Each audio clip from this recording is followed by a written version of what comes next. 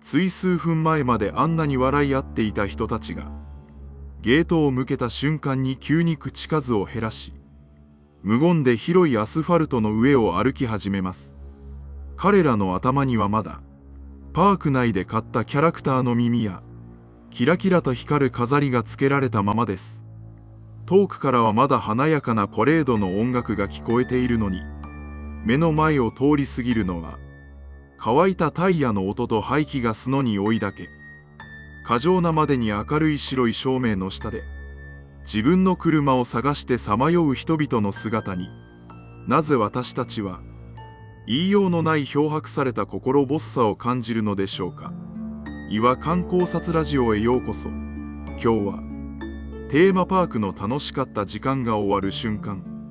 あの広大な夜の駐車場に広がる、特有の違和感について静かに考えていきます。非日常から日常へと戻される境界線で、私たちが感じるあの奇妙な温度差は、一体どこからやってくるのか。この問いを入り口にして、夢と現実が混ざり合う曖昧な空間で起きている、静かな心の動きを少しずつ紐解いていきましょう。テーマパークの出口を抜けた直後、少しだけその場に立ち止まって、目の前の景色を観察してみてください。まず一つ目の風景に目を向けてみます。それは空間全体を覆い尽くしている、過剰に明るい白い照明の光です。ゲートの内側の世界では、温かみのあるオレンジ色のランプや、柔らかなピンク色の光が、私たちを優しく包み込んでくれていました。しかし駐車場を照らしているのは、道路や工場で使われるような、鍵をくっきりと落とす冷たい LED の光です。その容赦のない白い光波、一日中歩き回って疲れ果てた家族や友人たちの顔を鮮明に照らし出します。数分前まで満面の笑みで、アトラクションの感想を語り合っていたはずなのに、この光の下では不思議なほど、みんなの表情から感情が抜け落ちて見えます。足取りは重く、目はどこかうつろで、ため息だけが白い光の中に溶けていきます。なぜ白い光波、楽しかった記憶まで薄くしてしまうのでしょうか。それはこの光が、私たちを現実世界へと引き戻すための、静かで容赦のない合図だからかもしれません。楽しかったはずの記憶が、この無機質な照明に照らされることで、急速に色を失い、現実の表感だけが浮き彫りになるのです。それはまるで、夢の世界の魔法が解ける瞬間を、照明の色の違いだけで、静かに突きつけられているかのようです。次に二つ目の風景に目を移してみましょう。それは広い駐車場の中を、無言で歩き続ける群衆の姿です。彼らの頭にはまだ、パーク内で買ったキャラクターの耳や、光るアイテムが付けられたままになっています。非日常を象徴するアイテムを身につけたまま、彼らはただ黙々とアスファルトの上を歩いています。その視線は夢の世界の余韻ではなく、地面に引かれた白い線や、遠くに見える柱のアルファベットに向けられています。南の B ブロック、北の15番。そんな数字と記号の組み合わせを、記憶の糸を手繰り寄せるように探しています。なぜ人が多いのに、こんなに孤独に感じるのでしょうか。ゲートの内側では、誰もが特別な物語の主人公でした。しかしこの駐車場に出た瞬間、私たちは自分の車を探すという、極めて現実的で事務的な作業を強いられます。頭には非日常の飾りをつけているのに、やっていることはスーパーの駐車場と変わりません。この装飾と行動の極端なギャップが、見ている私たちに不思議な滑稽さと、少しの寂しさを感じさせるのです。魔法が半分だけとけかかっている、その中途半端な状態の人々が、過剰に明るい光の下をさまよう様子は、どこか別の場所に迷い込んでしまった人々のようにも見えます。なぜ車を探しているだけなのに、すでに現実へ戻されたような気がするのでしょうか。それは物語の主人公だった自分たちが、日常の役割を持つ個人へと書き換えられていく。その移行期間の気まずさが、私たちを少しだけ落ち着かなくさせるからです。自分の車はどこにあったのかと、ポケットの中で車の鍵を探すとき、私たちはすでに現実世界への最初の一歩を踏み出しているのです。さらに耳を澄ませて、3つ目の風景を探してみましょう。それはこの空間を満たしている奇妙な音の重なりです。駐車場の奥の方へ歩いていくと、背後からはまだかすかにパーク内の華やかな音楽や歓声の遠鳴りが聞こえてきます。しかし目の前で鳴っているのは全く別の種類の音です。エンジンが重々しく始動する音、砂ぼこりを上げてゆっくりと進むタイヤの摩擦音、そして車のドアがバタンと閉まる乾いた金属の音、背後にあるファンタジーの音と目の前にある工業的な現実の音が、この場所では一つの空間に混ざり合っています。なぜ遠くの音楽はまだ明るいのに、足元だけこんなに冷たく感じるのでしょうか。音楽の明るさとタイヤの響きが、不協和音のように重なる瞬間、私たちは自分がどちらの世界にも属していないような不思議な浮遊感を覚えるのです。車のドアが閉まる音を聞くたびに、誰かが一つずつこの夢の世界から離れていくような静かな別れの気配を感じます。遠くの音楽はまだ終わらない物語を歌っているのに、目の前の車はテールランプを赤く光らせて冷たいアスファルトの海へと漕ぎ出していきます。この聴覚的な断絶が楽しかった一日の終わりに言いようのない心細さを添えているのです。そしてもう一つ見落としがちな風景があります。それはようやく自分の車を見つけてドアを開けた瞬間に訪れる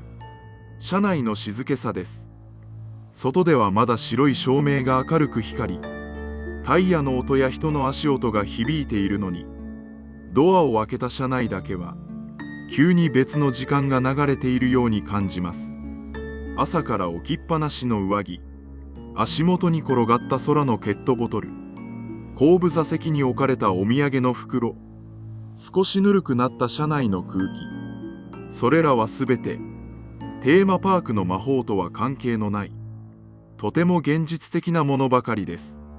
さっきまで自分たちは光と音と物語の中にいたはずなのに、車内だけは最初から今日の終わりを知っていたような顔をしています。後部座席では同乗者がキャラクターの耳を外すことも忘れ、疲れ切って眠り始めます。助手席の人はスマートフォンで帰り道の渋滞や明日の天気を調べています。そして誰かが小さく帰り何時になるかなとつぶやいた瞬間、楽しかった一日は急に過去の出来事へと変わっていきます。なぜ車に乗り込んだ瞬間、あれほど鮮やかだった時間はもう戻れないものに感じられるのでしょうか。そしてなぜ車内の沈黙はパークの静けさよりも現実的に感じるのでしょうか。それは車内という空間が夢の続きを見る場所ではなく、現実へ帰るための個人的な小さな部屋だからです。外の広大な駐車場の音は遮断され、シートベルトを引き出し、カチッと音を立てて固定するとき、私たちは完全に日常へと帰還を果たしたことを悟ります。駐車場の白い硬派、私たちを夢の外へ連れ出し、車内の沈黙は私たちを日常の中へそっと戻していきます。この2段階の切り替えがあるからこそ、テーマパークの帰り道はただの移動ではなく、夢を現実に変換する少し寂しい儀式のように感じられるのです。これら4つの風景、冷たい白い照明と疲労の影、車を探してさまよう飾りをつけた群衆、二つの世界が混ざり合う音、そして車内の静けさ、これらが複合的に絡み合って、夜のテーマパーク駐車場という空間の独特の空気を作り出しています。ではこの空気がもたらす違和感の正体とは一体何なのでしょうか。それを言語化するならば、個人の高揚感を穏やかにリセットし、日常へと着地させるための夢と現実の間にある白い待合室だと言えます。もしもあのきらびやかなゲートから直接いつもの見慣れた道路や自分の部屋へとつながっていたらどうなるでしょう。極端な非日常からいきなり日常へと放り出されることで、私たちの心は激しい温度差に耐えられず、深く落ち込んでしまうかもしれません。深海から一気に浮上すると、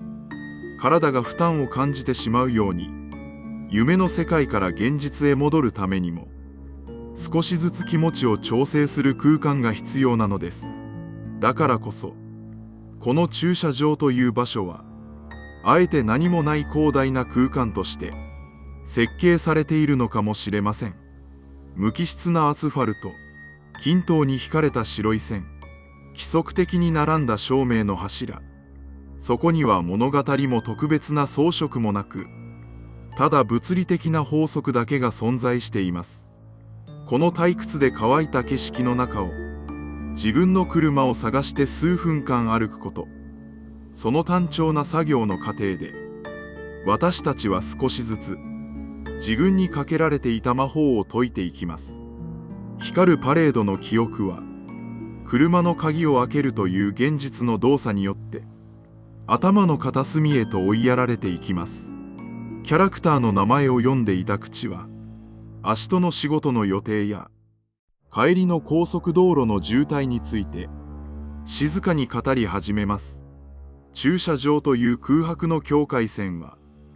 私たちが現実世界へ帰るための、心を整える緩衝地帯なのです。しかしその仕組みを分かっていても、なお残る寂しさがあります。それは自分が数字や記号によって管理される社会の一部に再び戻っていくことへのかすかなためらいなのかもしれません。パークの中では、私たちは特別な存在として大切にもてなされていました。しかし駐車場の白線の中に止められた車は、ただの移動手段として記号的に扱われています。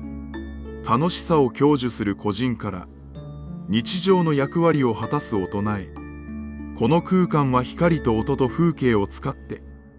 私たちの意識を静かに、そして確実に切り替えていくのです。私たちが感じたあの漂白された心細さは、自分が特別な存在ではなくなる瞬間を無意識のうちに感じ取っていたからかもしれません。白つ明るすぎる照明は、私たちが変えるべき日常の重みを静かに思い出させるための光のシャワーのような役割を果たしています。それでも私たちは自分の車を見つけたとき、どこかほっとしたような安堵を覚えます。冷たい外気から逃れるように車のドアを開けてシートに座る。その瞬間から世界は確実に日常へと舵を切ります。エンジンをかけ、ナビゲーションの画面が明るく光り、見慣れた地図が表示される。さっきまで見ていた魔法の世界の地図とは違う、無機質で正確な現実の地図です。車をゆっくりと発進させ、駐車場のゲートへと向かう道すがら、フトルームミラーに視線をやると、そこには遠ざかっていくパークの光が映っています。色鮮やかに空を照らすその光の下では、今もまだ誰かの魔法が続いていて、別の誰かが非日常を楽しんでいるのでしょう。しかし自分だけ破門、その外側へ置かれてしまった。そのかすかな寂しさと喪失感は、窓ガラス越しに見る遠い光とともに、私たちの胸の奥に静かに沈んでいきます。けれども同時に、不思議なほどの落ち着きが戻ってくるのも事実です。タイヤがアスファルトをつかむ感触、ハンドルから伝わるかすかな振動、そして隣の席から聞こえる家族や友人の穏やかな寝息。それは私たちが普段からよく知っている確かな現実の手触りです。非日常のきらめきは美しいですが、そこにずっととどまることはできません。私たちは自分の生活の重みを感じながら生きていくしかないのです。過剰に明るい駐車場の白い光の中に、今日の楽しかった記憶が少しずつ溶けて消えていくような感覚。それは決して悲しいことではなく、明日からの日常をまた生きていくための静かで必要な儀式なのでしょう。次にあなたがテーマパークのゲートを抜けて、あの広大な駐車場に足を踏み入れたとき、少しだけ見方が変わっているかもしれません。冷たい光とアスファルトを見渡してみてください。そこには夢の世界から現実へと懸命に自分を切り替えようとしている人々の静かな時間が流れているはずです。その無機質で心細い空間が、実は私たちを優しく現実へと着地させるための白い待合室であることに気づくでしょう。遠ざかる光の寂しさと日常へと向かう乾いた安堵感、その両方を抱えたまま今日の考察を終わりたいと思います。それではまた次の違和感でお会いしましょう。